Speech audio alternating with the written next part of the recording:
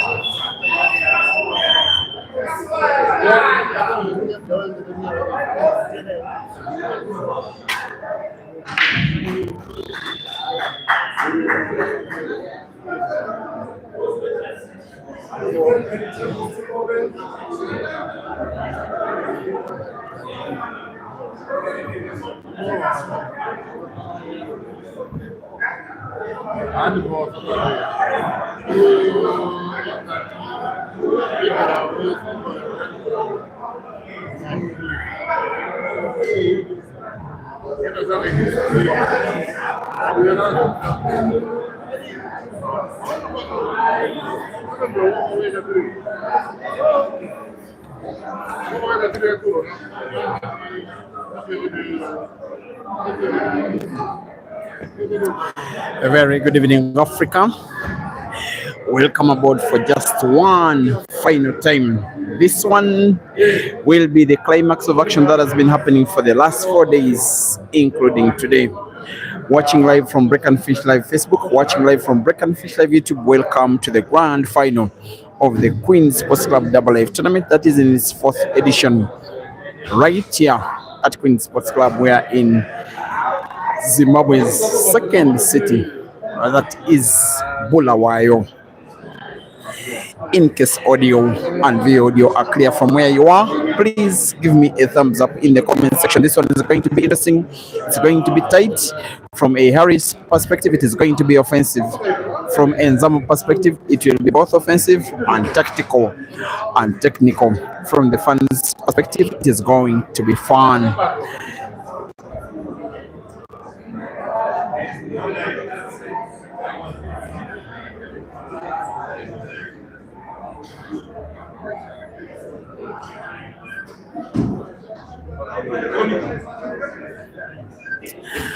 Now that you seem to be content with the quality of audio and video, We are good to go. Now, this match does have live streaming from Break and Finish Live Facebook, as well as Peter Chebe Live YouTube, being presented to you from Queen's Sports Club in Blawayo.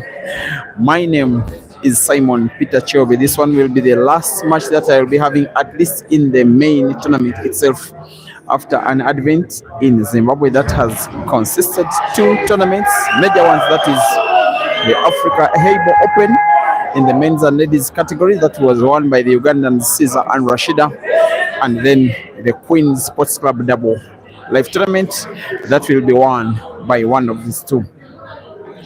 For the last 4 days, including today, it has been a 3 comps in one kind of thing. It has seen this guy that you're playing winning the first comp of the tournament. That was the Masters. Remember, he is over the age of 40. There has been a Masters tournament that has been happening only in its second edition. He has dethroned Zimbabwe's Lindani. He's now the Queen's Sports Club Masters tournament. He could make even bigger history to become the first player to win both the Open and the Masters tournament if he wins this match.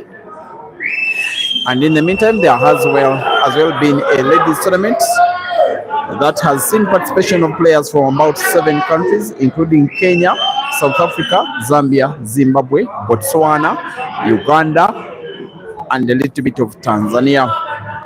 Victory has been gotten by South Africa's Nicola Razu about 5 hours ago. She defeated Uganda's Rashida Motesi in a one-sided final by 7 frames to 1. It is looking like all is going the way of the South Africans. No, it's not just looking like. All the 3 trophies will be won by South Africans. This guy won the Masters. Rashida was defeated by Nicola in the ladies, and it will be one South African, either of these two, to take the victory of the main event home. This one is the important one, the major one, the one that is getting African pool enthusiasts all over the continent to their tenterhooks at who could be the winner of the next big comp. Mzamo is the guy that is playing right now. Feel free to support him in South Africa.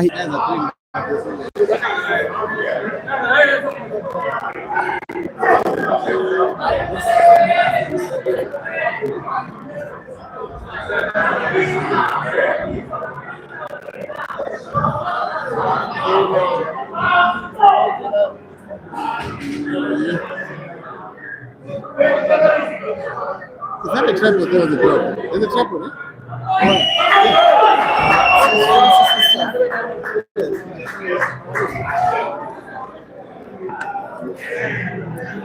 Dear viewers, the first frame of the day has gone to Mzamo. He leads by 1 frame to 0. As a matter of fact, we are racing to 11 for $5,000. That is how much the winner of this match is taking home the first edition. So the winner, that was South Africa's Jeremiah Naido, win $3,000 in 2022.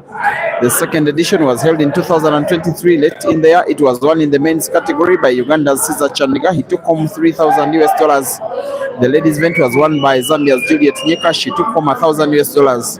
Coming bigger and better, the 2024 edition was pushed to 2025, moving the comp from the months of December up to the months of between April and May, for reasons related to weather and the costs that are associated with the travel in the month of December. The third edition, that is category by Uganda's Rukia Naiga, and the men's category by South Africa's Aiden Joseph. Now the fourth edition has seen the rise of prizes. From number 1 up to 8, they are getting more money. The winner of this match shall be taking $5,000. There will be $2,500 for the second, and then $1,500 for the third, then $1,000 for the fourth. Then players from number 5 up to 8 will be taking home $500 each. That is some kind of good improvement. Some records are being broken. This event is also seeing is seeing players from the same country reach out in the final for the very first time. is also breaking some kind of games this tournament.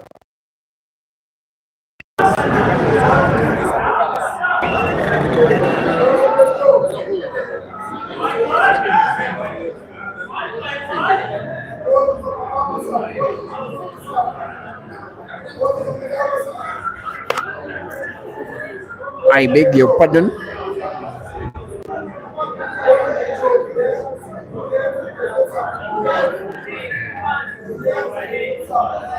Was just clarifying that Uganda's Herbert Mukisa has become in this competition the youngest player to reach the prize bucket of any Open African Cup. Yes, there have been players as young winning prizes from the game, but not in open competitions. For those that have been happening, it has been either in underage tournaments or in tournaments restricted to players of their own country. Yes, Taufik Mari came second in the African Ultimate Pool Championships. He was 17. Herbert is 14. Another record has been established in the ladies category. Players from the same family, same country, same parents have reached the grand final in the ladies category for the second time in the year. Last year, Rukia Naig in the grand final. This year, Rashida Matesi in the grand final. One thing that has not happened is have a Zim player win this competition that happens on Zimbabwean soil. For those that are watching from Matabeleland and everywhere from the country of Zimbabwe, you can feel free to support Mzamo because he has Zimbabwean blood, born and bred in Matabeleland. He is a naturalized South African. Representing South Africa now, holding a South African passport. And always happy. He's one of the happiest souls you'll ever see in this sport. Even with players whom he mixes up, though he's not age mates with them, the teenagers that in pool, he's always a big vibe around them, making fun, making comedy. When they want to pull off some dance strokes, he joins them. But on the table, he can mean to be a very big beast. Also very composed, very calm, way more experienced than Harry. Just that of late, Harry has been a little more renowned in terms of achievements in big competitions than Mzamo. Speaking of Harry, some kind of record for himself that he's establishing now. It becomes the third big competition this year that this guy is reaching the final. The first was in the month of January, the All Africa Pool Championships, where he reached the final, though lost out to teammate Sean Mattis. Then later in the year, actually 3 months later in the year, in the month of March, he reached the final of the South African National Championships. He lost out in the same player in that final. This one is the third in a row, again taking on a South African, again training, but this time round on the verge of equalizing in this big match. This competition for this guy also represents the first and only time so far that he reaches a final of an open competition outside South African soil. He will be getting snookered. A moment of misfortune from the South African. He's played the frame so well, but it's very end. Not fortunate enough. He will come off the cushion, hopefully find black, which he does. Well, the black going, it's not going anywhere close to any pocket. Advantage. Mzamo.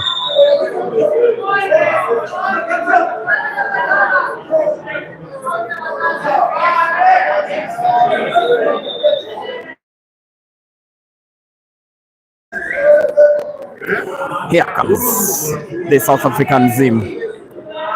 He puts a ball so important that it will almost assure him that he's winning a second consecutive frame. And what a semi-final he had, called it a second life final against Eshka Chimbwanda, the guy that has him as an idol. Eshka calls himself Mzamo, dresses like Mzamo, behaves like Mzamo, celebrates like Mzamo, and wants to play like Mzamo. Mzamo will be putting the yellow that is leftwards of the two to the corner pocket at the top left. The other yellow to the center pocket on the right. The black can get either into the center pocket or the corner pocket bottom right of the screen with a little tap. Draw the cue ball a little backwards, just like that.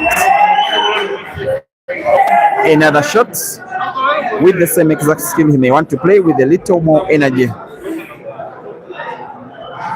That is to draw the cue ball a little backwards. Maybe go for the top spin, bounce the cue ball off the right cushion, then move it leftwards a little. Not even a little. He has all the skill, all the class, all the brilliance, all the ability to pot. And maybe starts off the match with a bigger mental fortitude than his opponent, as Mzamo aims for the black for the second time in the match and puts it and increases his lead. It is now Mzamo 2 and Harry 0.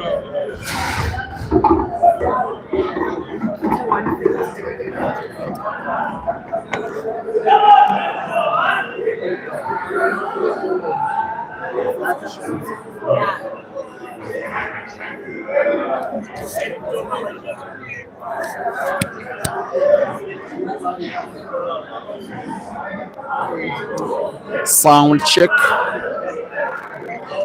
Sound.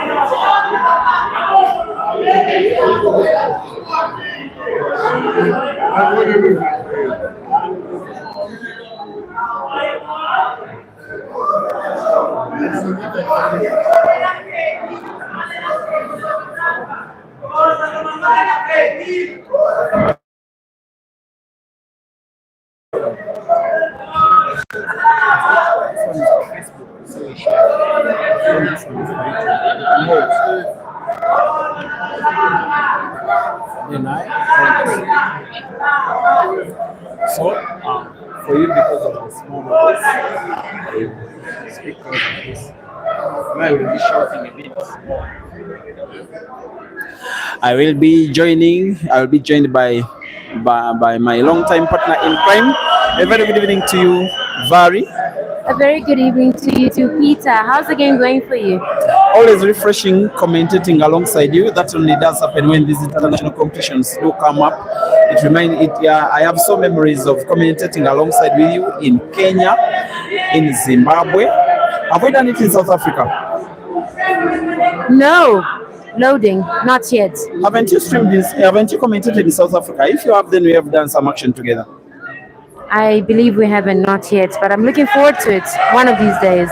But I like commentating alongside you, and you inspire me a lot. You have a lot of energy.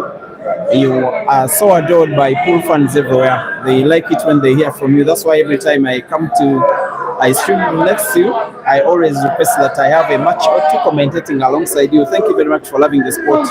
It doesn't come easy. I know what it entails. Being alert and awake throughout matches that happen sometimes all day, all night, and you are out with these players and you love them and you market them and you expose them to the world, and you are doing a very wonderful job, and I really adore you. It's my pleasure, Peter, commentating alongside yourself. You know I look up to you. It's always my pleasure. Mzamo here doing the most. One good backspin should do, nicely position himself for the next red and look to clear the frame and number 3. The backspin is one shot that he normally plays, so we'll have noted him most especially in this competition. The backspin, he does it, so he just moves the cue ball exactly where he may need it. This time, he has full sight of the remaining red on the table. Potting it, may play naturally the cue ball just into the corner pocket at the bottom right. He has all his work cut out, maybe trying to avoid contact between white and any of his opponent's yellows. Later on, the black. Here's the shot.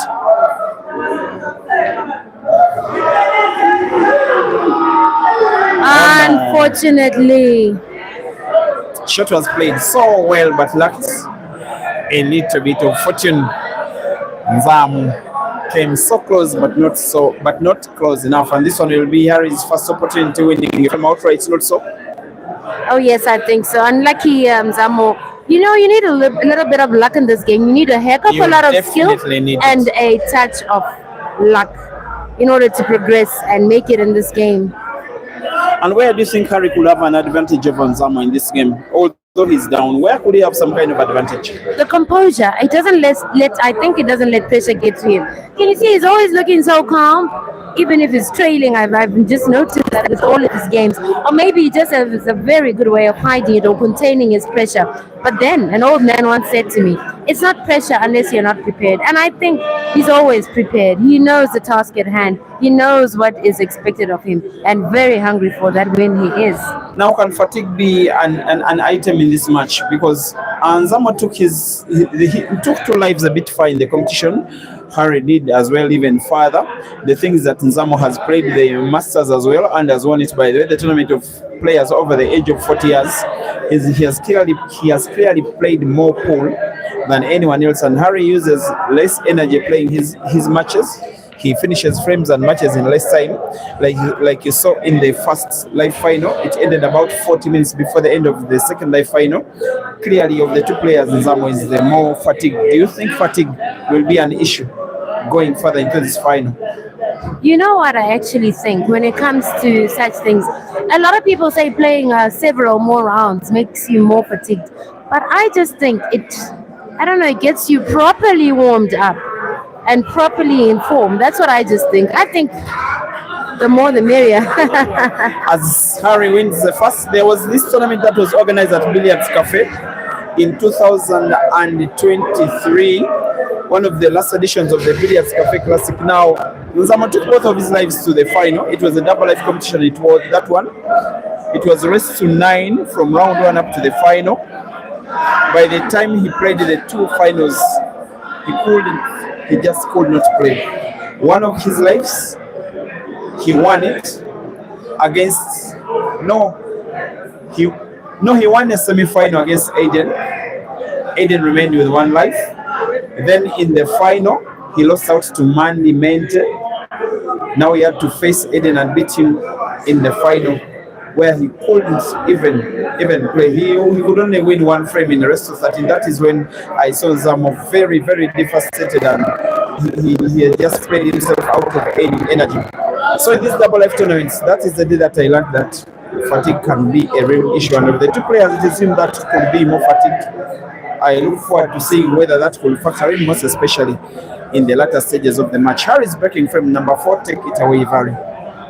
And for the first time in Queen's International history, we have 1 player playing both finals for the Masters category and for the Open category. Mzamo won the the Masters category after beating Benjamin Mabuko from Zimbabwe 7-1 in that final, and is now here in another final in the Open category. Congratulations to him for winning that one, and congratulations to Nicola as well for winning in the ladies category. And thanks to him for being a little too greedy in a good way. He has already won a comp. He's a rich guy. He wants to take even the big one. Imagine, it's more than 200 people that have been participating in this one. 44 in the Masters, 44 in the ladies, 137 in the Open. He stands a good chance of winning 2 of those comps. Can you imagine the amount of greed? But in a very funny way. Well, is there ever enough money? Do you ever feel you have enough money? No. Money can never be enough. We are all like that. We are all just human. Yeah, and even by facial expression, he looks like the hungrier guy. The guy that is just... yes. Hey, he's looking very fierce and very hungry for that win. And confident as well. I'm loving the confidence. I'm loving the seriousness and the creativity as well. And he's such a big representation. There are so many people that are looking out for him. Those that are coming from the humblest of backgrounds, where he does say in Soweto, in Gauteng. Also those that have left their home countries and have made fortunes in different countries. A representation of people that have moved on, born in Cape Town, now stays in Durban, and is representing KZN, KwaZulu-Natal province, most especially when he plays in those comps. All the history that he has gotten with the other players, all of whom have come to the top of the ladder of South African pool, growing up with the likes of Sean Katmatis and Aiden Joseph, drawing inspiration from the two. They become more renowned players than him. It is he that now wants to make a statement for himself because of them all. He's the one that is known to be good, but is not so much a winner of these major African competitions. This one gives him the first meaningful opportunity, this time in the final and away from South African soil, the very first time that Harry is doing it. Just that his opponent seems to be meaning real business here. Mzamo, call him Zama Zama, the guy that has the very popular game show, could be taking a 3 frames to 1 lead here in the match that is the toast of the African continent now, having drawn the biggest crowd of them all so far in the history of the competition, maybe both online as well as at the venue. I've just been looking at the Key Pixels photography as well as this stream, which has 2 videos that are close to 2,000 people watching live, the same average viewership on the Key Pixels photography stream, also live with Cravo Platinum's page, as well as the what's it called, the other page? Q Pixels photography and Q Sports Live. Q Sports Live, that one. Do you know I am just giggling, Peter? Yeah. Can you see Big Cal's there in the VIP seat? He's nodding his head as Mzamo is playing. Big Hills understands people like Mzamo. These are people who play pool on the street. Mzamo has been one of South Africa's top players for the last 2 decades, but he's just not interested in playing formal pool. The pool that plays in competitions like this, the pool that qualifies him for the national team, he just wants to play in the background, gamble the money away until 2022 when he registered at Billiards Cafe. I remember when I was streaming his games, he was saying, Peter, I don't want to be streamed because I don't want people to see me. He just wants to play in the background such that nobody, when he goes to places where players in quotes hunt, nobody knows him, such that he can fish money from them. But of course, that is no longer possible. I showed him the match that I had streamed when he was defeating the Ugandan, that is Dog City. I showed him the numbers, and I told him that now every pool fan in Africa knows you. There's nowhere to hide. Leave street pool and become a former player. And I'm happy. He's slowly but steadily becoming a former player. I want to see him registering in more of these comps, and even formal competition like qualification for the South African national team and such kind of events, such that we see the Mzamo that now boards the plane to go and play in the World Championships. The Mzamo that is a true pro player representing his country in the major African competitions. There is no shadow of a doubt in his talent. I just want to see more of him, like I've seen more of a frame won by him. It is 4 frames. Sorry, it is 4 frames played. Mzamo leads by 3-1. And Big Hills is still not looking at Mzamo. Do you know what I'm finding funny? I'm just thinking, what is going through his mind? Some contract, paperwork. Maybe he's seen a potential new signee. Oh, by the way, that is a huge potential, and he does like people like this because that I can tell you, because he's a very reserved guy, but in his free time he likes someone who just make him laughy to laugh and chill off and relax the evening away. And Mzamo does exactly that. And when you sign a player like Mzamo, it's very good support because he's such a talent, but somehow he doesn't have management. Most of the time he does it himself or getting a support here and there, but not exactly where he's signed up. And that's what exactly he needs to do. If he can get undersigned management, and then the financial burden of playing and registering and traveling goes away, then someone takes it away from him, you'll see a more settled Mzamo who could be a more dangerous player to anybody. Now, this one is the second time in 2 years that he's reaching a major competition final after Billiards Cafe at the close of 2023. That speaks of his class. And in that one, he took one life to the grand final and one life into the second life final. That is sheer class. Oh yes, for sure. And I think we are about to see sheer class here. After that unfortunate foul by Mzamo. Looks like Harry is set on clearing this, and there's one. Well, he needs to.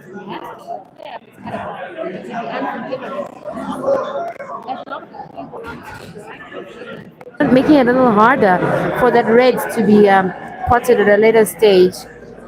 This is quite a bit of a confusing and tricky looking frame.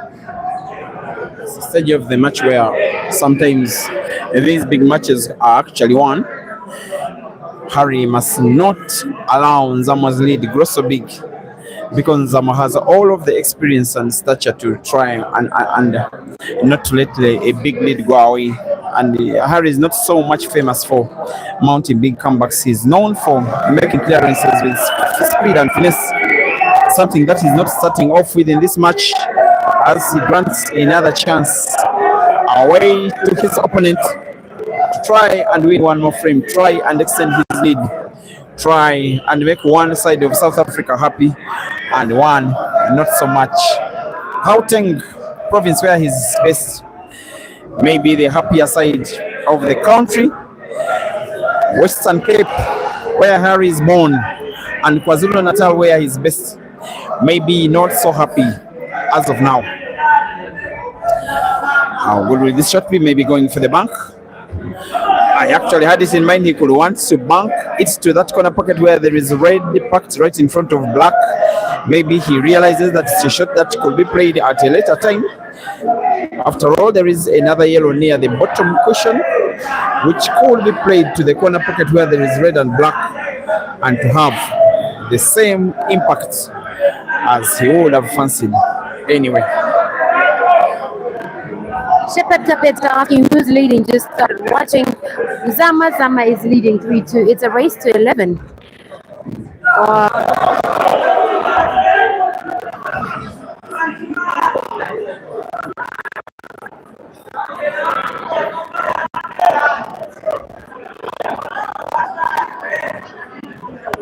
From South Africa, the second edition in December of 2023 was won by Caesar Chandigarh. Third edition, which was held in April of 2025, was grabbed by Aiden Joseph, who unfortunately is MIA, not here to try and defend his title. Will it be Harry or will it be Mzamo? It remains to be seen. Care to share some of your predictions in the comment section? Who do you think will emerge the winner? Who will walk away with the first prize of $5,000? Number 2 will walk away with $3,000. A lot of money here. Lots of tears there have been, lots of celebrations. Now we're down to the final 2 men. It's been a very big tournament. Lots of participants. 140 were registered for this open category, and we're now down to the final 2. They're playing very well. They deserve to be in the spot they're in now, and this is the third time they're meeting up in this tournament. Zama's first life was taken by Harry, and he won 7-6 in that one, and then Harry's life was then taken by Mzamo, 7-6 again. Now there's no better grand final than this chance for revenge, and it's like a third life between the two, having a lost and one of their lives against each other. Mzamo can close to putting black prematurely. Now he has a very big shot to make. Try and play the yellow that is close to the cushion on the left by rail drive. Move it to the length of the table. Try and put it to the corner pocket to left. And then top spin on the key ball for whites to follow the yellow all the way. It won't come easy. Nzamo's work is now real cut out.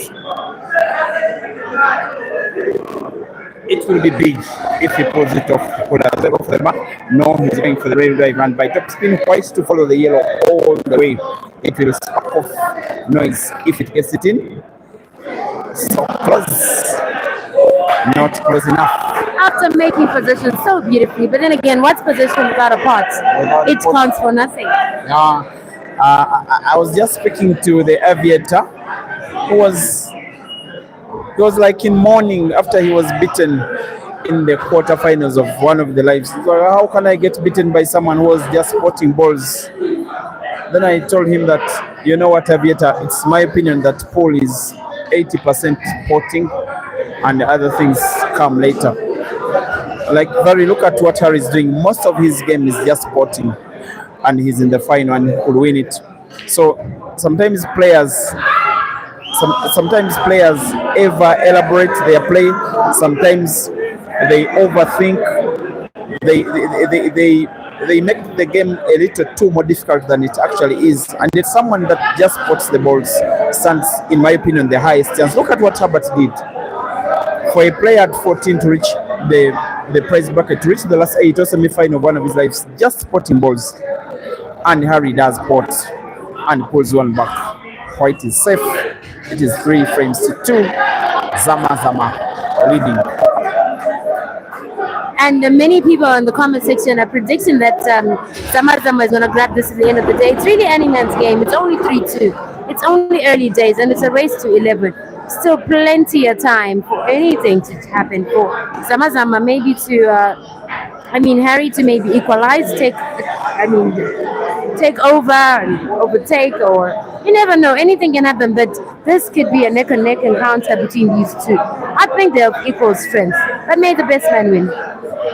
What really matters for me is the history that these two players stand to create today. Mzamo has been participating in a few good comps of late. Have you seen him win one? Not really. Harry has got a number of tournament victories, big ones, but all of them at home. In fact, outside South African soil, he has never even made the final. This makes the first time. That's why this match is so important. And he's one player that wants to make himself count. He calls himself South Africa 1. And just by the way, Black Ball South Africa ranks him South Africa 1 for the official competitions they organize. He won the qualification trials for the South Africa national team. He was most valuable player of the All Africa Pool Association's championships in Durban. He won the most number of frames in the competition. He took the top scorers award, and he topped the break and finish table. Those are the competitions that weigh more points for SA, for Black Ball SA. Although Sean Mattis is African and South Africa champion, it is Harry that is number 1 now. He says that when you're South Africa number 1, you deserve to be Africa 1. So he really wants to prove a point. In fact, the reason why he became signed up by Key Masters, he wanted to be under a management that will enable him play competitions like this one, like this. The management that will move him around the competition to ensure that he's always participating, because for most South Africa managers, they like players to participate in the country and in the more formal competitions, not these that are not under any formal organization. And thank you so much, Key Masters. The boss, that is Mr. Tima Ntengo. I'm sure he's watching this one in Dar es Salaam and he's hoping that his new recruit will bring the victory home. This one will surely be having Harry having a lot of support in Tanzania, because that is the country of his management. Mzamo enjoying more of the support from Zimbabwe and some parts of South Africa. This one will be support fairly distributed. And the scores so far are fairly distributed, with Mzamo having the slight lead of a frame, with him on 3 and Harry on 4.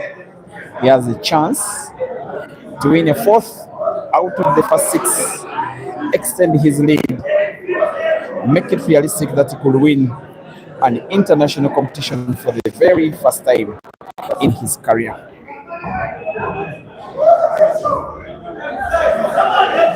You can see very how Mzamo is playing the cue ball. So impressive, eh?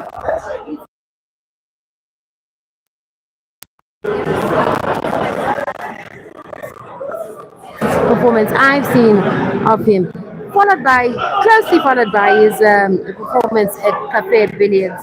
Yeah, that's fine.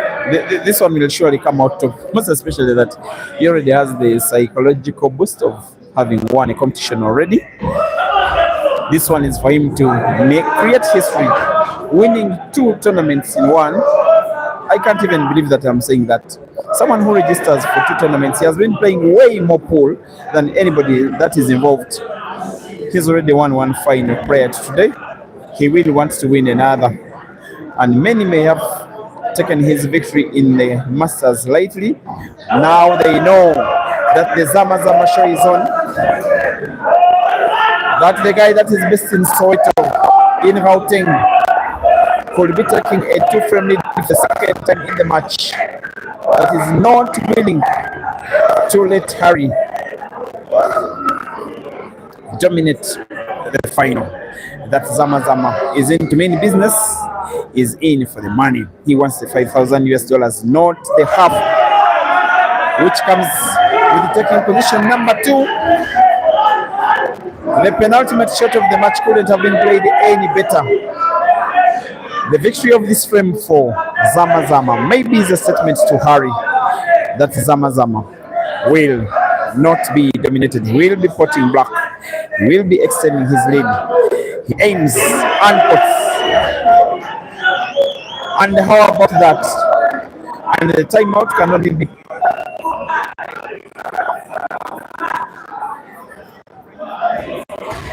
Was moving across the camera. I thought he wanted to speak to the umpire to have timeout, but also maybe Harry just wants to reorganize himself, maybe change the cue stick he's using, which is what he's doing. I'll be telling that to the viewers who are not having the benefit of looking at him now. He's changed. He has a cue case which carries 3 cue sticks, 2 playing cue sticks and 1 for breaking. He has changed the cue stick he's using. Let us see whether this is luck, whether superstition, whether the previous cue was not doing a good job, he thinks. And how about the smartness of the umpires? I love what I'm seeing.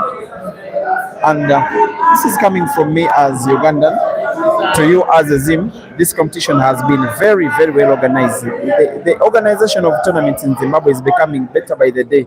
For me, the best organized tournament I've ever been part of was in Zim, the Patriarchs Full Tournament, the one that was held in the celebration of the birth of Prophet Makandiwa. And if something is to be close, it is this. The players are playing in absolute comfort, absolute space. The venue is well aerated, well spacious, very clean, very good tables, very good playing equipment, and there is a very good ambience of fans that can only be an envy for anywhere on the African continent where pool is played. I just have to say that. Thank you, Zimbabwe.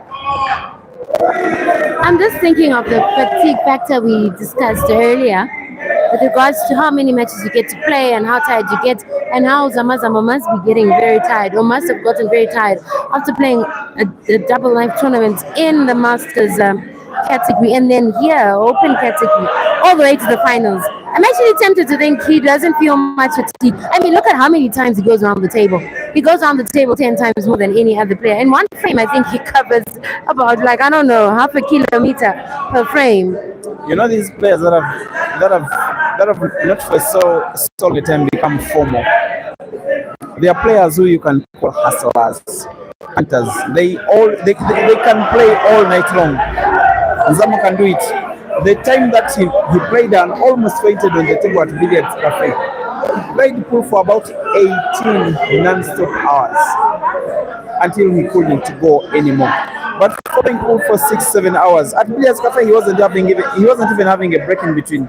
In fact, I remember the tournament director Victor talking to him that Mzamo, that was before the semi-finals. You're too tired. Why don't we play the semi-finals and finals tomorrow? Then he said no. For me, I feel I'm fit. I want to play and play now. Of course, he realized it was a wrong move, but I trust that this one will not be making him very fatigued. It is just him playing in his own territory.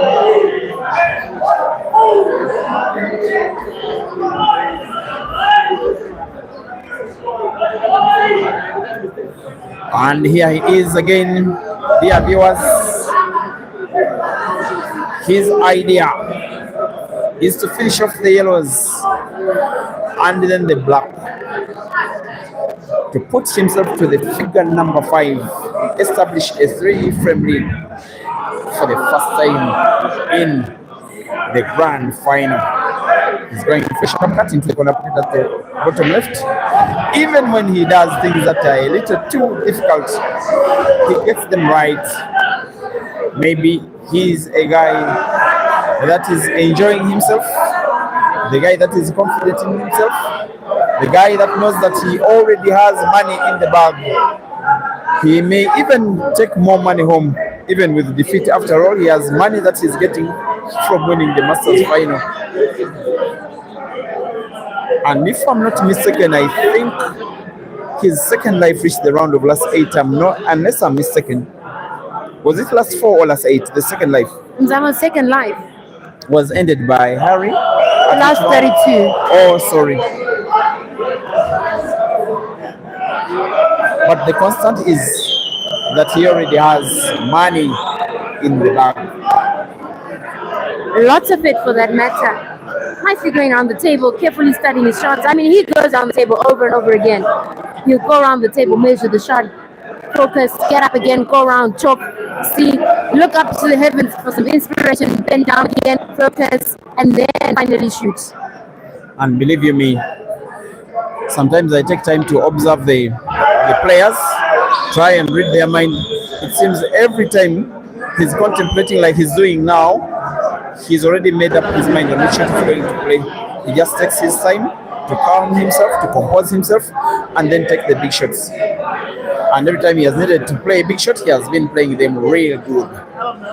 He will want to put both yellows to the same corner pocket, bottom left of the screen. He really does that so well. I'm even starting to think that maybe he has the benefit of the table. United King, is it? Yes, it is. And these tables are made in South Africa.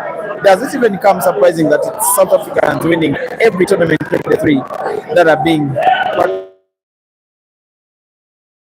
Here he is, needing to put the last yellow. To draw the keyboard slightly backwards, he may want to put black to the center pocket on the right. Just like that. Last yellow is in, and the rest is a formality. I think it's safe to say this is official. The black is down. Another frame in the bag. One step closer to that yummy prize party is. Allow me to leave you, Peter.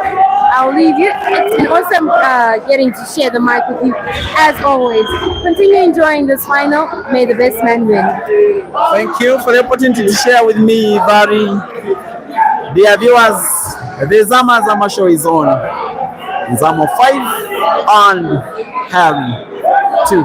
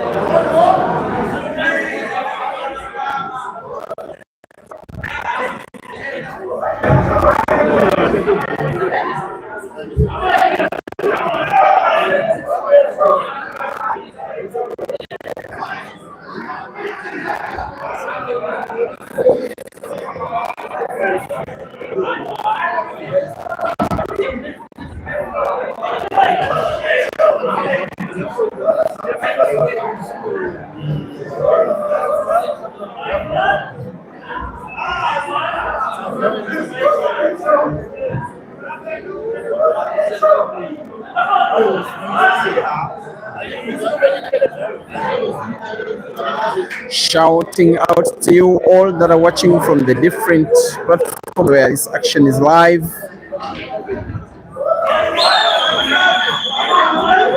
From the Facebook stream, Honorable Shelton Chabwanda thinks Zamazama is going to finish this one.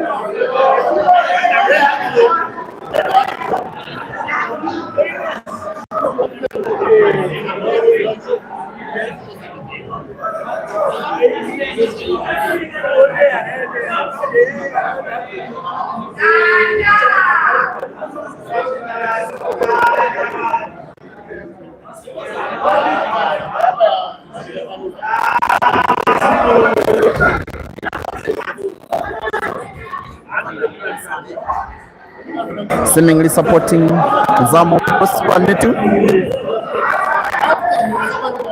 I want to listen carefully for the sound of Pilani. I also want to think that you are pulling Pilani's leg and that you don't want him to be in peace. Even when he has not gotten any peace during the course of the competition, I think you are not fair enough. Bismarck Moyo, you say Harry is just like Arsenal. I think Bismarck, you think that Harry will win this competition anyways. Wayne Tando supporting Zama. And Victor Image says game over. Mama yangu. And many of you in your usual hundreds from the YouTube stream. Elvis Katoa, Frank Hamley supporting Harry all the way. Nice seeing Harry supporters even when the player himself is a little down.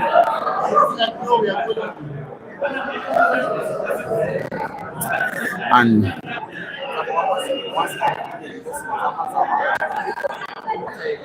I think after Eden defeating Zamazama in the final of the Billiards Cafe Classic in 2023, which I streamed from Lusaka, in the post-match interview,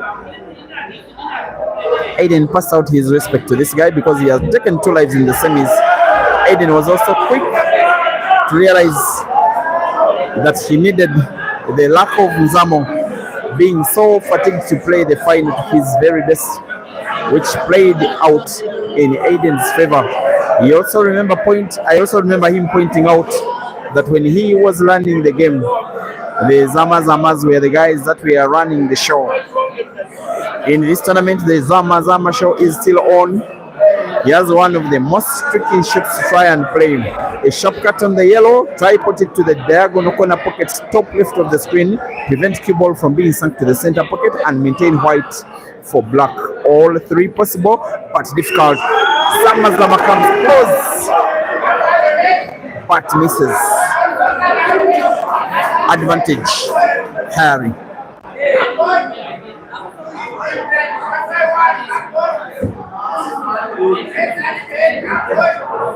Here is the chance.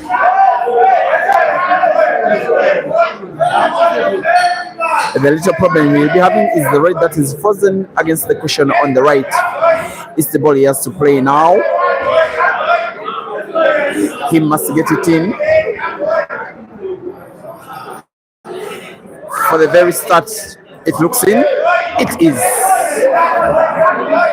The last red on the table can go in that space between cushion and yellow.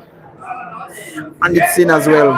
And the white is played well enough. And the frame will be won by Harry.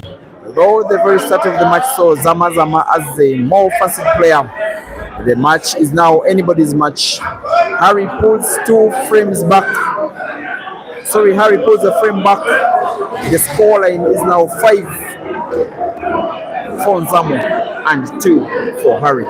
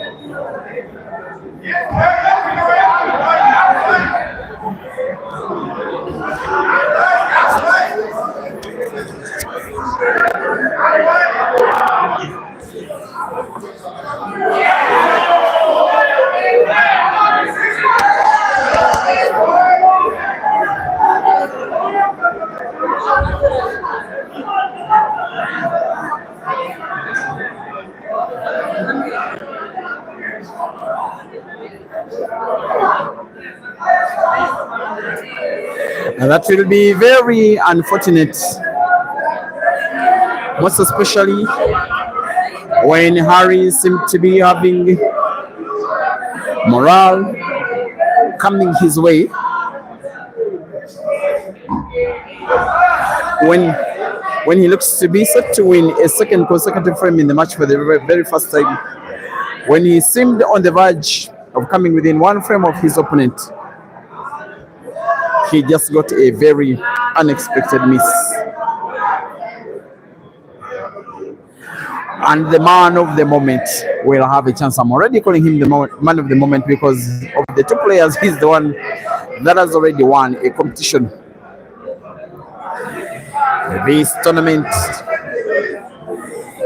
will be history in the making, irrespective of the result of this final.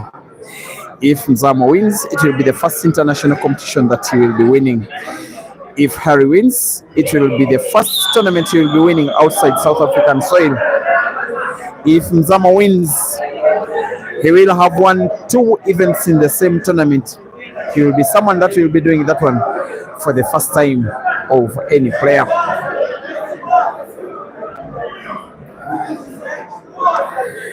Needing now to put red to the corner pocket at the bottom left. It is bottom right. His idea was to play the cue ball into the black, play the black away, create an opening in which he can take the frame down once and for all. It is now a little more difficult to do so because one of the reds is pretty much a dead ball, the one that he failed to create an opening for, the one that is closest to the bottom of your screen. Mzamo will be hoping that his potting prowess will be bailing him out.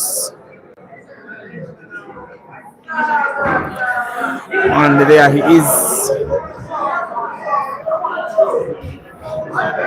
Whatever he's contemplating, most of his mind is focused on the red that is close to black. The other 2 reds, spotting them will not be a very difficult task.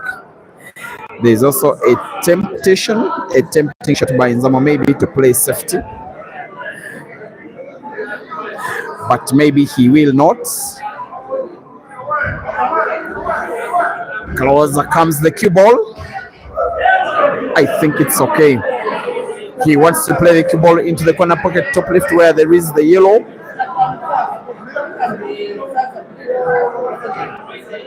Clearly the shot he's played was intent on exactly that.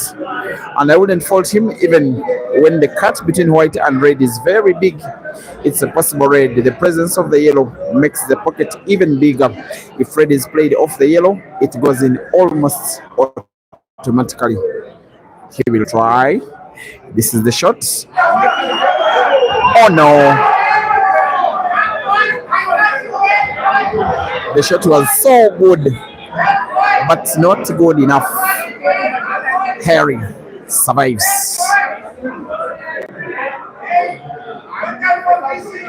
With his biggest fan, Harry's cheerleader is a certain Mr. Kelvin Fikoti, who can sometimes decide to outshout other fans of his opponent, who clearly are largely supporting Mzamo because he has a little Zimbabwean roots.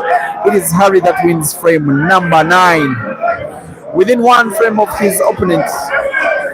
As the grandfather of streaming, Mr. William Soko flips the scoreboard for the 9th time in the match. It is Harry holding the 4 and Zama 5. Now, after the 9th frame of play, the 2 players have got right to have timeout. Harry has been granted just 3 minutes by umpire. Once again, 3 minutes timeout for Harry. Zama 5 and Harry 4.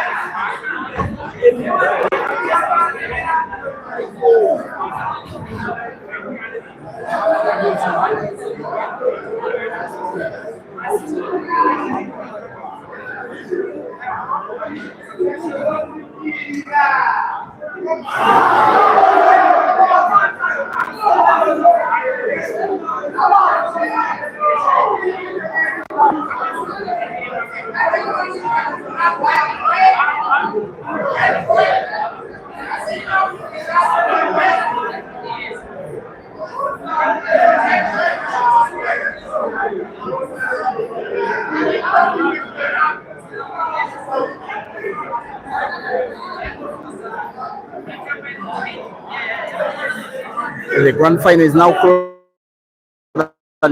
It has blowing the way of South Africa. The South Africans are successfully defending the Queen's Sports Club double life tournament. Last year they won it in the men's event. Aiden Joseph did. This year it will be either Mzamo or Harry.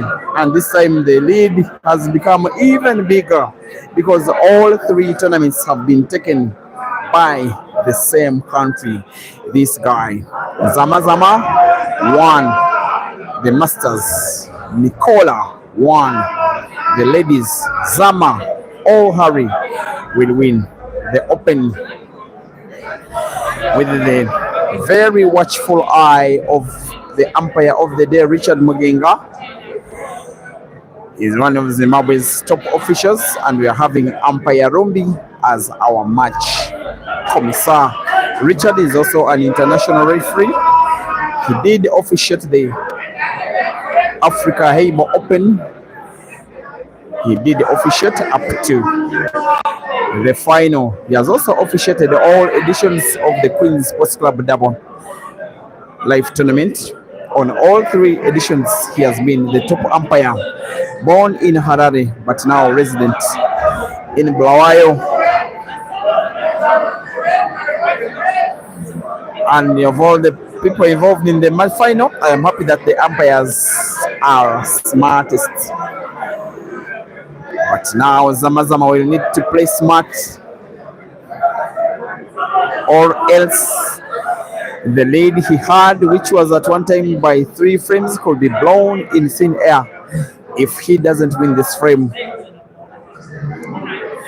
Going for red to the center pocket right, with the cue ball following the red all the way. Going for target, going for perfection, going for accuracy, going for a 6 out of the first 10. We are now at the halfway mark of the grand final. Zama is one big shot away, like one big one. Pot red to the corner pocket, top right, maintain white for black. Take the frame for himself.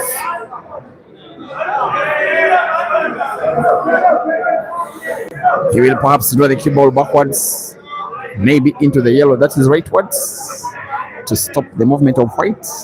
Silence. Perfect. The Zama show resumes in the grand final.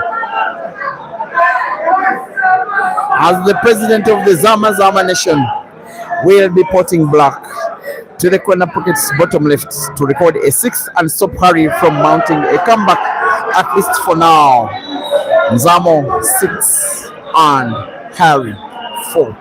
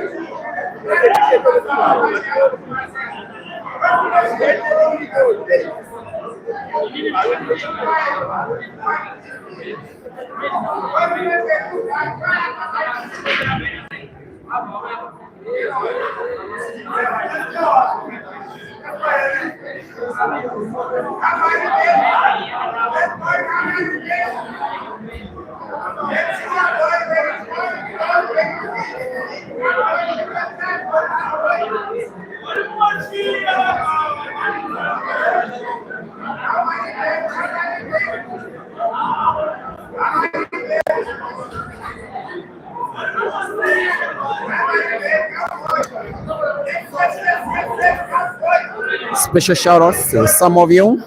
Now, our dear YouTubers, Igaga Jimmy, you're asking what do you call this tournament? It is Queens. Les Motlala, thank you for watching. You may as well tell me where you're watching from, just such that we get to know how far these streams can reach near and wide.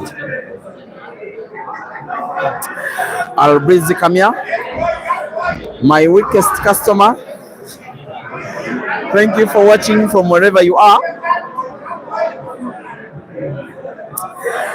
From Westlands in Nairobi, Dan Kim Kung, thank you for watching.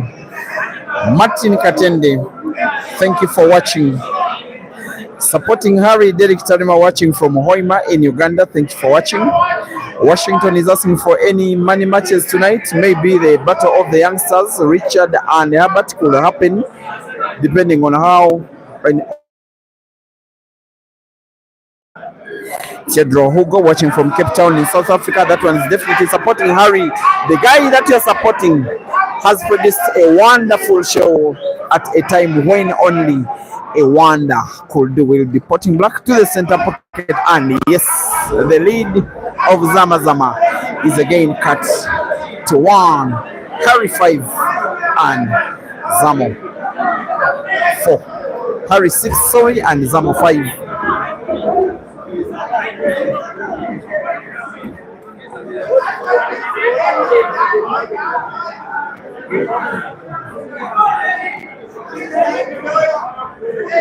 And yes, Amos Amandu from Hoima, Uganda, thank you for watching. Alex Ali, Texas, supporting Harry from Kampala. Great Joy, you're locked in from Victoria Falls in Zimbabwe, you're supporting Harry, thank you very much. Kevi and Tabo Motlang all the way from South Africa. Whom are you supporting, guy? Oscar from Sekonda District in Mpumalanga Province, South Africa, thank you for watching as well from the YouTube stream.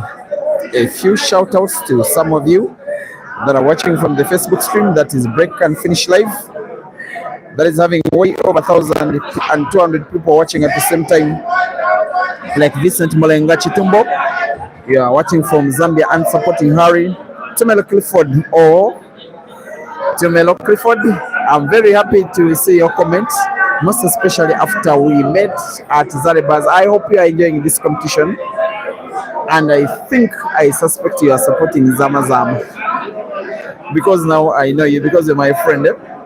Kagesha TBC, you call this a good show? Yes, it is a very good advertisement of both African and most especially South African pool. More blessing. Thank you for watching. Brighton, you're appreciating the commentaries. Thank you very much. Supporting Zama from Rosape in Zimbabwe.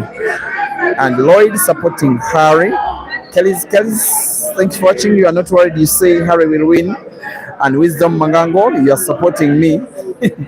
Thanks for watching. Bold Makoka, you are watching live from the Strait of Hormuz. No, I don't believe you. Monyake Mtelele supporting from Lesotho. Thank you for watching. Tinashe in Rwanda, that is in Zimbabwe, you're supporting who? I think Zama. And yes, Eugene, you are speaking about Amale. Live, you said the boy is not about size and Amale needs a proper sponsor. Yes, he's a good player, but I even talked to him. He wanted to play with her, but I advised him to come to this court. But Amali advised me that the tournament is being played at a time when he's in school. Same applies to Herbert, but a few days have been sacrificed, and I believe they have paid off because he has gotten for himself $500 from this one. Harry will want another big one. How big? Big enough. His potting prowess is bailing him out. When Zama took a 3-frame lead, Harry has for the last 30 minutes been the better fighter, the better potter, now the better equalizer. The lead of Mzamo has been blown into the thin air by the guy that is born in Cape Town, now resident in Durban. Mzamo 6 on Harry 6.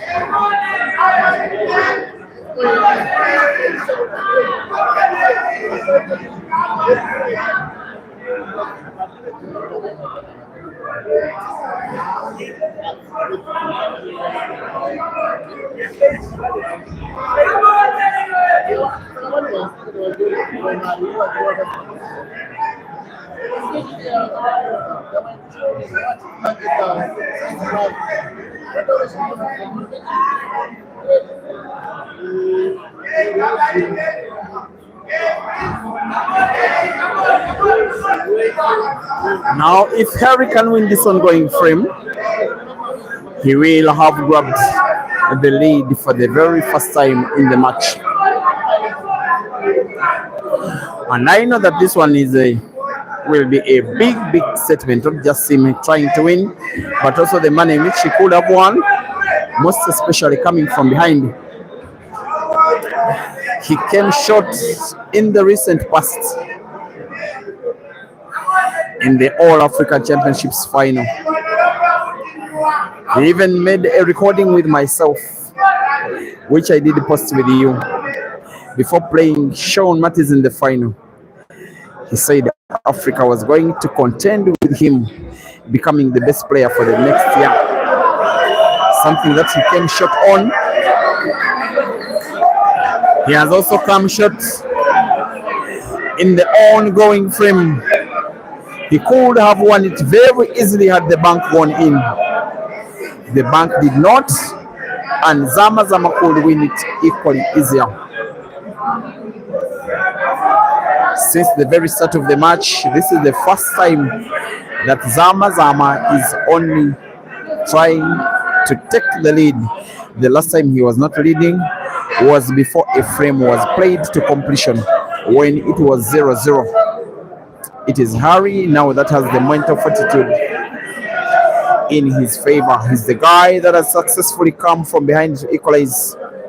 He's the guy that should fancy himself winning what is now a race to 5. It is Zama now applying those tactics that I've seen him a top player in South Africa, guys, for how long? For 30 years. But for most of those years, not as a former player, just as a very good player, a street player, a ghetto player. But he's now becoming more formal than he has ever been before.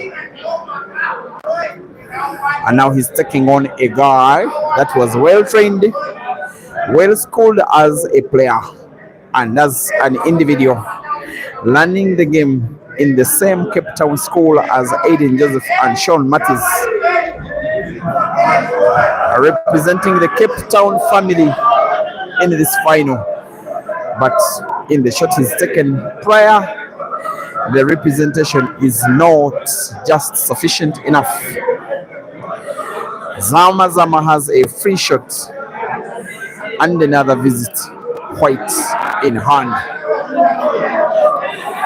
Time for the Soweto guy to regain the lead and regain it now. After Harry fought from behind to equalize, Zama will not want to let him take the lead. It will be living a little too dangerously.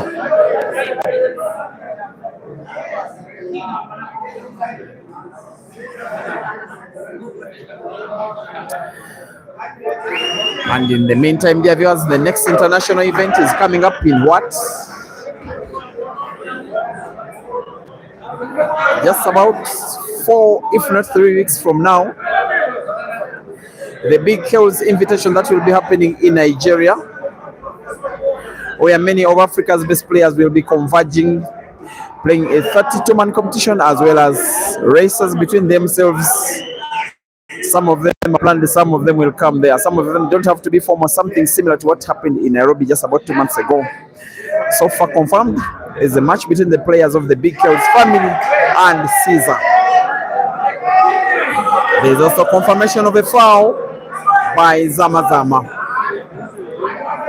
The attack-minded prowess of Harry is starting to get the better of Zama.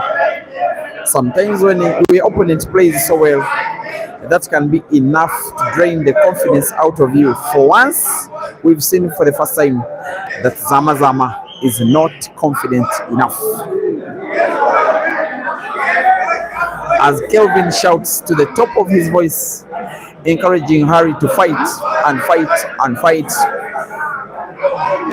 As Japan expects that their boy could take the lead for the first time in the grand final. As Cape Town suspects that the player that is born from that province will be the first to 7, as Tanzania starts to think that the player they manage is on the verge of grabbing a lead in the final. The Q Masters guy will be putting the last yellow on the table to the same corner pocket he has potted the previous to draw the cue ball slightly backwards. Black will be potted to the center pocket on the left, and the rest is a formality. After going down by 1-0 and 2-1 and 3-2 and 4-2 and 5-2, Harry Houdini Martin now takes the lead in the grand final for the very first time in the match. The same time that Zama wants a timeout of his own. By the regulations of this tournament, the players, I think, are granted 1 timeout each in the match. The last timeout was for Harry. This timeout is for Zama, and the umpire has waved 4 fingers, noting that he gave him 4 minutes, 7 frames to 6. Timeout.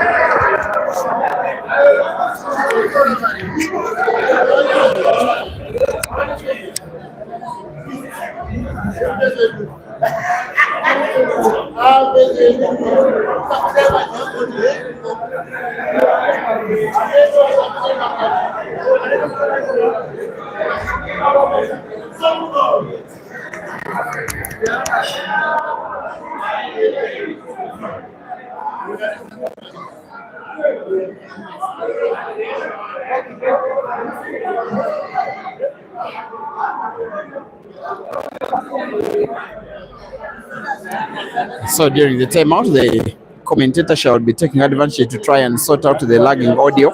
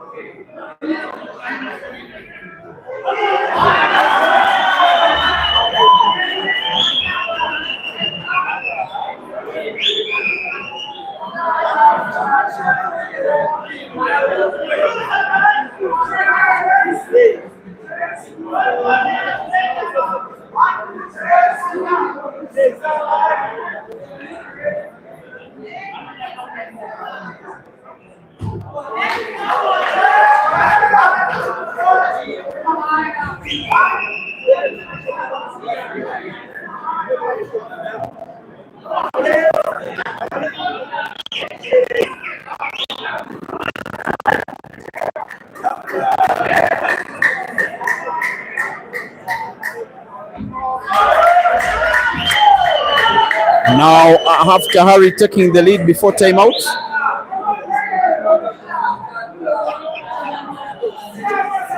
Mzamo goes for a break and returns and wins the very next frame. It is now 7 frames apiece. Our race to 7 is now a race to 4.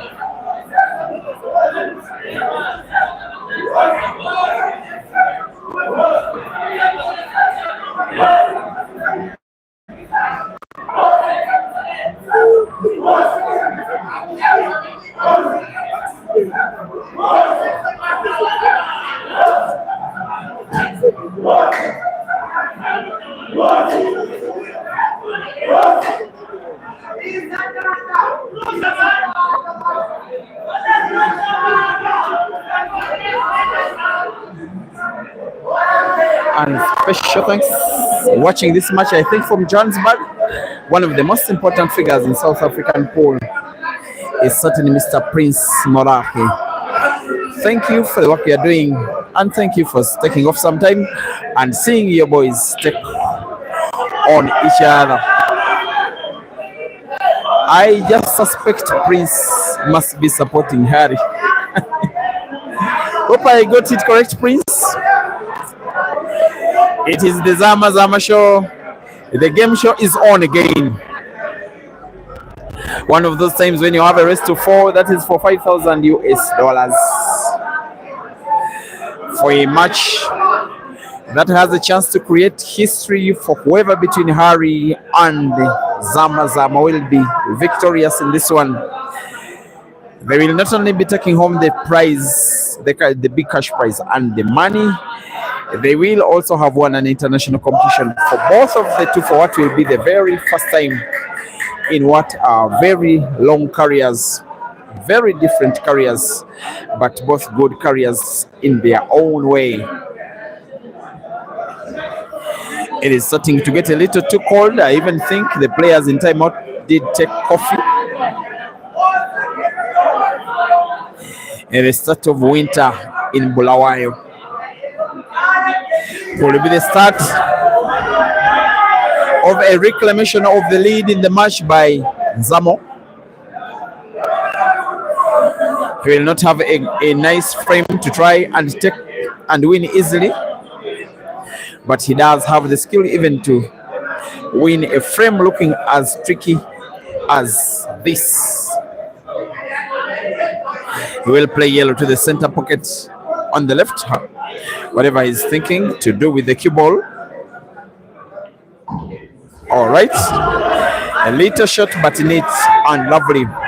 Bounces it off the cushion with the top spin. Right English off the cushion. It moves a little rightwards. And the ease that he has to put the yellow that is close to white to the corner pocket at the top right. Maybe if he guides the cue ball well, both yellows to the same corner pocket, maybe the yellow that is upwards of the 3 can as well be putted to the center pocket right, depending on how Mzamo moves the cue ball. Maybe towards the top end of the table where there is Harry's red. This is the shot. Perfection in terms of the ease that he has to put the penultimate yellow. Not so perfect to the fact that an easy pot gives him natural white for the would-be remaining yellow on the table. The one that is packed at the corner pocket, bottom left, where there is the black right in front of 2 of Harry's reds. With now an audience of 2,000 people watching the match, also watching the trophy that these 2 amazing shooters are fighting for. Looks like the trophies are 4 in number. I'm not even certain whether the losing finalists will as well get a trophy. I'm certain of Mzamo's skill, when only skill could do, when the only target with a backspin. bouncing it off the cushion with all the power he needed to move the cue ball the entire length of the table bottomwards. That is what he could do. That is all he could do. Very difficult it is, but he's proved to be tough enough for the occasion. We'll now be putting the last yellow. The cue ball to be played with power, maybe into the black, to split the black open and create room for a clearance. Or no, had the black gone in, he would have won the frame. The black did not go in, he could lose the frame because he's gotten himself snookered. Harry survives.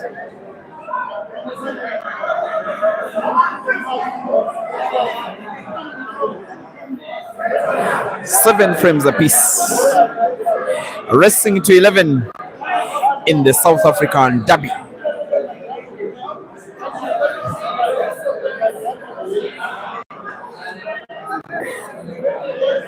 Off the cushion will come Mzamo. He'll want to find the black hand with power to create any kind of chance that he can put it in any kind of way. What we'll aim for is to find the black after the contact between white and black. If it does happen, your guess is as good as mine. This is the shot.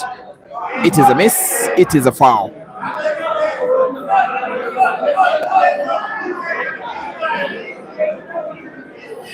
Advantage to Harry, who does have a free shot and a visit with the option to have white ball in hand.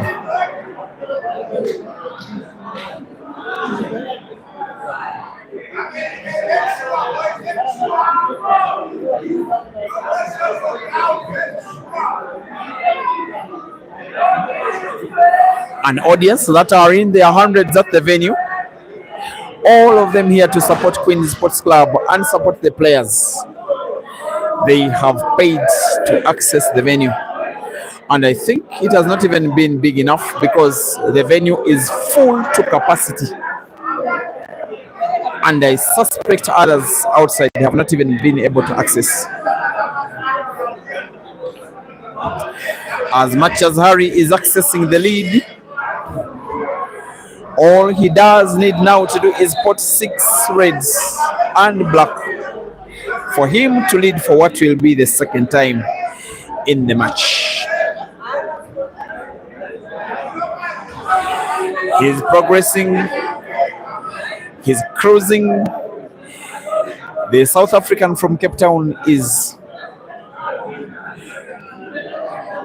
cruising well against the South African from Johannesburg. But the one from Cape Town, now based in Durban, has missed.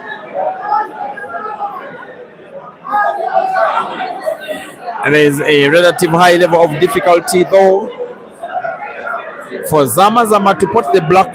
One idea to come off the cushion at the top, find the black, play it into the red, put it off the red. Maybe bank it off the cushion into the center pocket left. Maybe go into the corner pocket top left with a bank off the red. All are options, all with difficulty. But Mzamo is backing up his mind to go for a sharp cut of the black off the cushion into the center pocket at the top. Maybe with sharp cut off the cushion, center pocket, and in! The game show resumes in the grand final. Mzamo is leading again after Harry coming close, utilizing a chance not so well by Harry. Now fully utilized, so well, so better by Mzamo. It is Mzamo 8 and Harry 7.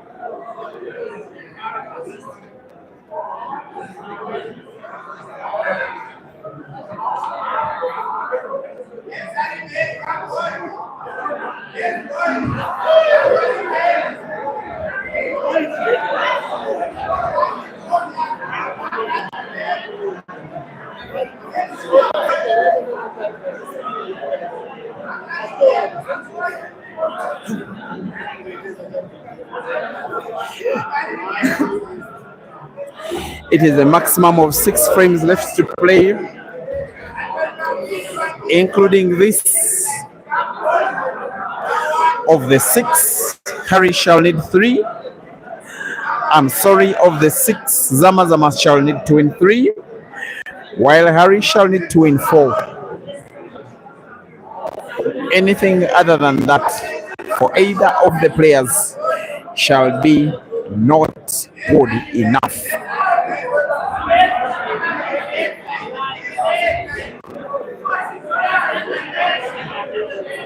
Harry has a chance. The next shot is to play will be very critical. Maybe pot yellow by bank off the cushion to the center pocket on the left, and by backspin, and with that perfection, and the rest is a formality. The one thing that Harry is doing better than Zama is expounding little energy for the frames that he is winning. For him, it is speed and accuracy. For Zama, it is accuracy characterized with a lot of calculation and technique and finesse and more brain power. Equalizer. Once again, 5 frames to go. Harry needs 8. Sorry, Harry needs 3, and Mzamo needs 3 to claim the trophy and 5,000 US dollars.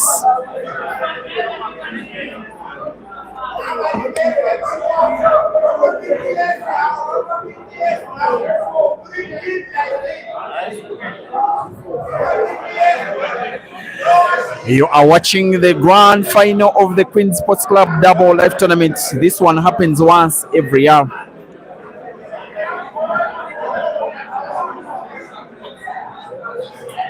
With all the recognition that the players that have gotten a good history in the competition, that is becoming better and bigger with each passing year. The first edition in 2022 being won by South Africa's Jeremiah Naido. Jerry, he beat Timothy Onida in the final. The 2023 edition saw the first participation of ladies not playing alongside men. The ladies event was won by Zambia's Juliet Nyuka. The men's event was won by Uganda's Caesar Chandiga. The 2024 edition was moved to 2025. The ladies event being won by Uganda's Rukia Naiga, the men's event being won by South Africa's Aiden Joseph, with the 2025 seeing the first ever involvement of the Masters who are players over the age of 40. For that one, the inaugural champion was Zimbabwe's Lindani, who defeated Zambia's Victor Sinyiza in the final. 2026 is proceeding with the participation of Masters, whose event has been won by, guess who? Zama. He already has money and the trophy. The ladies event has been won by South Africa's Nicola Razu, who defeated Uganda's Rashida Motesi, and this is the main event. It is called, that has had 137 players, including 134 men and 3 ladies, Nicola, Joy, and Keruche. The 2 from South Africa, 1 from Kenya.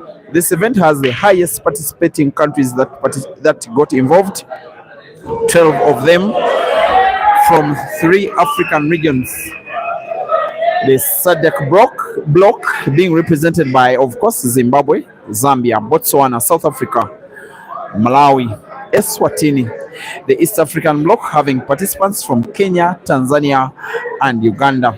The Western bloc being represented by Nigeria. 12 countries representing all at the same time. It could even be the first African tournament to have that number of countries participating.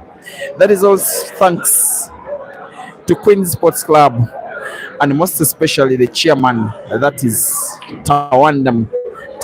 We call him Towers.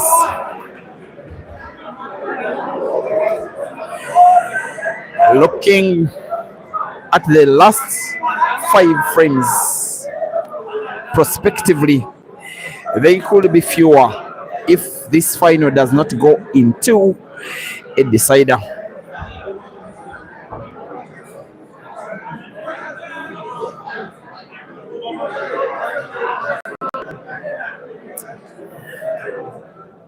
It could easily have been played on Africa Day, this final. And what a celebration of the Africa Day it has been, this competition, where 12 African countries have gotten their best pool players in one place. If someone came and arrested everybody that is participating in this competition and locked them up, then most African teams will not have national teams or will not have their best players. It is that easy. A collection of galaxy of stars that make up the best of Africa have all been in Bulawayo in Zimbabwe for the last 4 days. The memories of Zimbabwe will live in our hearts forever. Thank you, Zimbabwe. Thank you, Bulawayo. Thank you, Queens. Thank you, Towers. Thank you. As Zama may have himself to thank now. He's with each passing shot, creating an opening for him, trying to win this, which is a very, very, very important frame for him, not just to regain the lead, but also come within another frame of the victory and morale, boost himself up, most importantly as well, mount pressure upon Harry. He can mean to be a very wonderful shooter. Zama. The round of applause from the fans is in order. It is only imperative that most of them are supporting him. Like I told you, he does hold a South African passport. He does live and work in South Africa. Zama is a South African, but he has Zimbabwean blood. He was born in Bulawayo.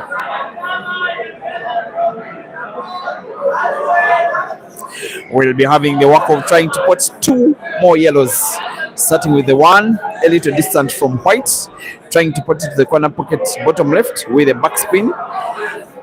Perfect. A continuation of the Zama game show. I like it for the fact that even all with the fatigue, he's staying fresh, like he's playing his first match of the day. And most imperative, he's looking very hungry in his playing style and facial expression, as though he hasn't gotten any money. He will be playing the cue ball into the left cushion and all the way rightwards to have white for black, left cushion, rightwards, and the rest is a formality. Harry holding 8, Mzamo planning 9, rest to 11.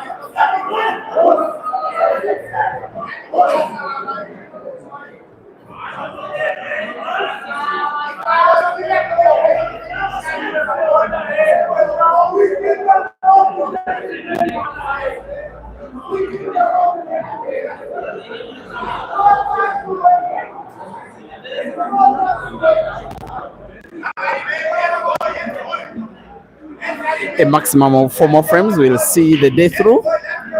Of the 4, Mzamo will need to win 2. Unfortunately, Harry breaks dry.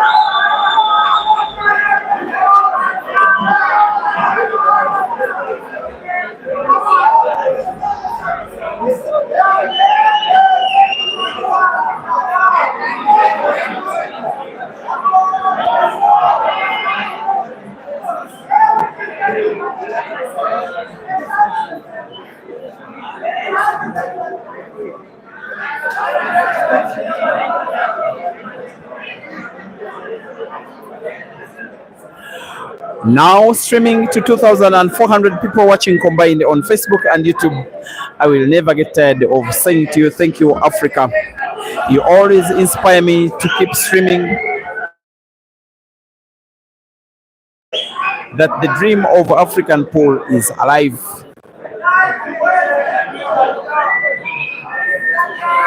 As the tournament draws closer to its end, special thanks to all the wonderful managers and management teams of all the players that have made it into this competition. Shouting out to some of them.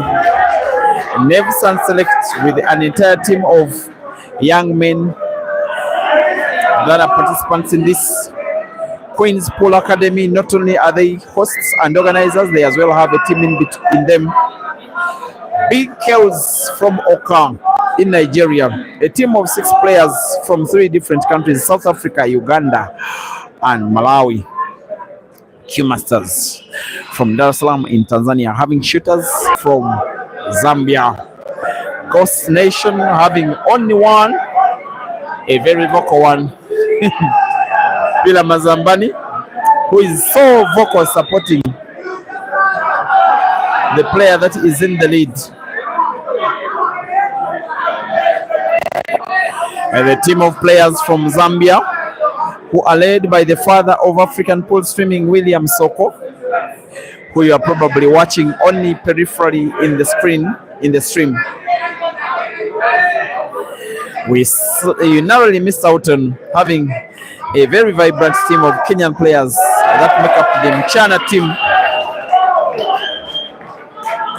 They were meant to leave South Africa at just around the same time that the tournament was starting, this one, having spent a good number of days, maybe weeks, in South Africa after participating in the Ghost Nation Cup, the Zaribas Cup, and then the tour of Cape Town.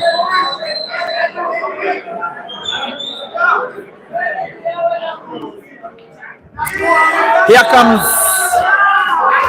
Mzamo again. This time round, the idea for the South African is to take down the South African fellow by putting the last 2 reds on the table to the corresponding center pockets right and left of the screen, and then the black to another center pocket, the same center pocket, the position of the red in relation to white is tempting for Mzamo to draw the white ball slightly backwards, maybe play top spin, goes for the back spin with the same exact result, having the easiest spot of them all over the black, going for now just one more amidst chants of the fans saying one more will do. Mzamo 10 and Harry 8.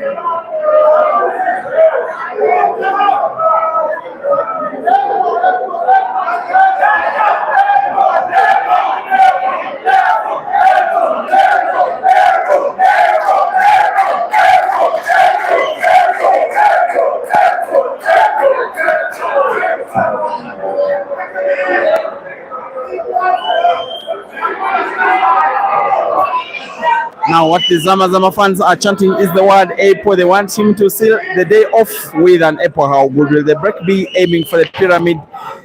The break is fair and square. The split of the balls is not good enough. Zama has spotted red.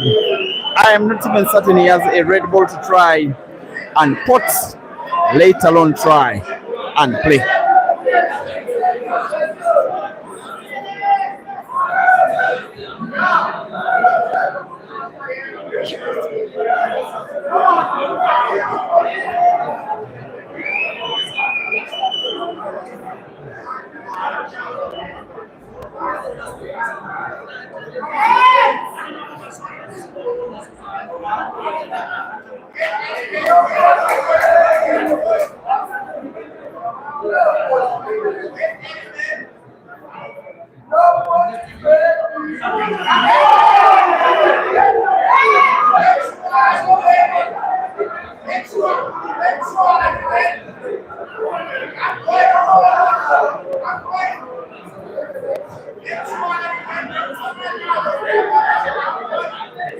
And the table remains open.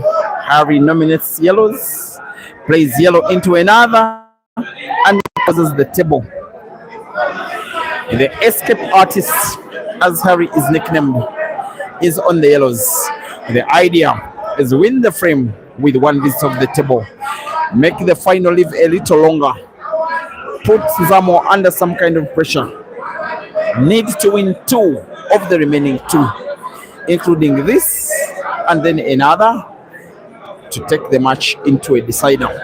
But first, he must win this ongoing frame and must do so in his current visit of the table. That was living dangerously, playing the cue ball into Mzamo's red with a little power. He came close to getting himself snookered, but will be okay.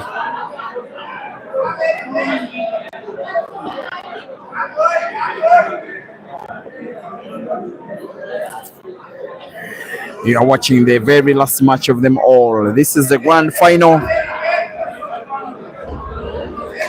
We've had 269 matches played. This one is the 270th and the very last. It will be determining who between Harry and Mzamo will be winning their first international competition in careers that are so long.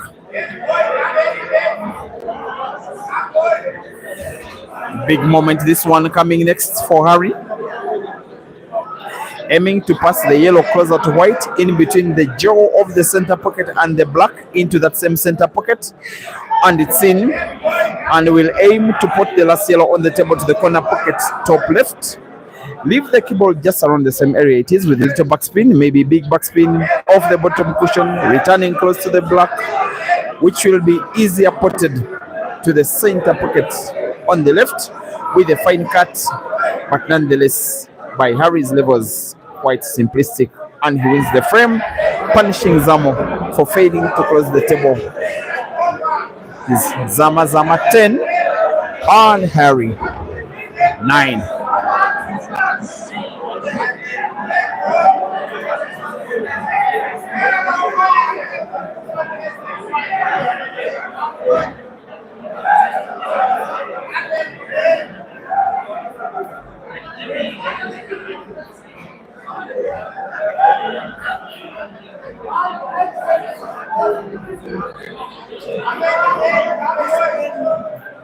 I just like the umpire's smartness. And what an advertisement this competition has been for South African pool. They provided some of the smallest traveling contingent. It were these two, then Tame Jabavu and Pila Mazambani. I think that was it. Just 4 of them. And yet the final is between 2. Actually, there were 5. The 5th was Jerry. It is the second tournament in 2 years that has the top 2 players, both South African, The last was Billiards Cafe, the second edition that was won by Aiden.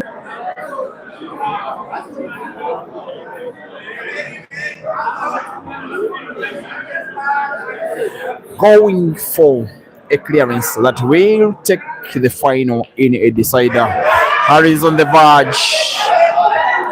Africa.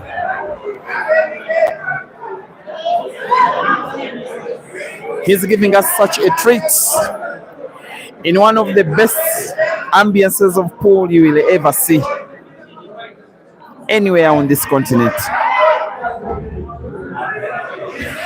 It does make African pool something so special, uniquely special. It is only in Africa that the crowd is so cheerful, so vibrant in a true African way. As comes the Cape Town-based Harry, doing this for Western Cape the same way he's doing it for KZN, bigly attached to two provinces all at the same time. Big shot, big miss for Harry, and as for Mzamo, big chance. One more clearance, one big frame, one big trophy, a chance to win a tournament at international level for the very first time for one of the most experienced players on the entire African continent. Going into 30 years playing pool, winning dozens of competitions, but all of them within South African borders. This time round, Mzamo is on the verge of winning a big comp out of South Africa. Only imperative that is in Zimbabwe, where he has roots, where he's loved, where he's adored, where he's been managed prior by Nelson. The fans who are his largely are starting to chant his name, sing songs in praises of him, hoping for hope, hoping for luck, hoping for the best. This one will be big for Mzamo. It will be big for South African pool. A night of redemption after spending 2 years as this great guy who was simply a shadow of his former self, losing out in early stages of competitions in tournaments like the Timbuktu International Carnival in Eldoret, the Grand Mchana in Kenya, last year's tournament that was this at Queen Sports Club here in Bulawayo, the last edition of the Billiards Cafe Classic, sometimes losing out to players that have no right trying to beat a guy that has played for more time than their age. This time round, he seems to be coming a little better. He'll be wary of the umpire who is having the clock ticking. Mzamo plays and plays the cable into a red of Harry. More chance in his favor. More claps to support a pattern that is on the verge of winning him one tournament, which will be the second of two that he will be winning, making two pieces of history in the same competition, winning two tournaments in one and winning the first international tournament for himself. Coming closer and closer and closer. Now with one pot of a red to draw the cue ball as close can be to the black and then take the victory home. Start celebrating if you are watching from Johannesburg, most especially Soweto, with all the reason to mourn if you're based in Durban, as is Harry, or Cape Town, where he's born. One big shot, one big backspin, one big target, one big fight. The Mzamo show starts even before black is spotted. The South African to put the 8 ball to the center pocket. The first international comp of Mzamo. It is victory! After 270 matches, after thousands of shots taken, Mzamo puts the very last of them all, the easiest of them all. He's made himself $5,000 richer, winning both the Masters of the same tournament where he wins the main event.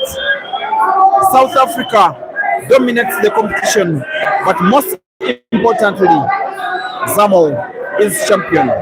Final score in the grand final, ladies and gentlemen, Harry Martin Houdini 9 and Zama 11. We shall be having the prize ceremony shortly. For now, thank you for watching Africa, and may the Almighty God keep the hopes of African pool alive.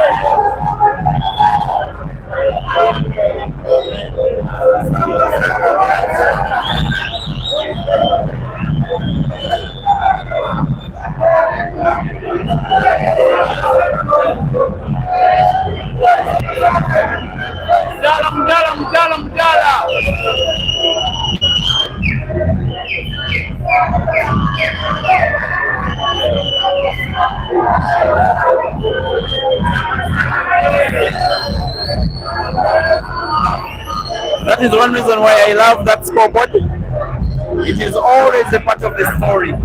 Someone will be taking pictures with the Nigerian participant, that is Shehu. That is Shehu Bamidele.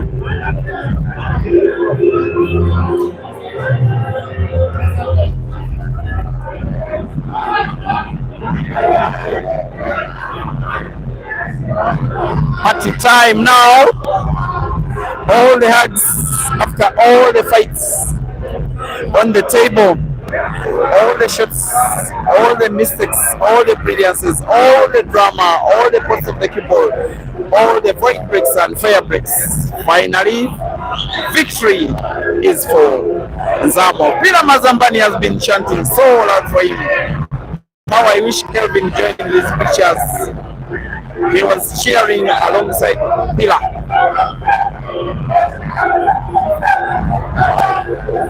Also, it is imperative that Ishka joins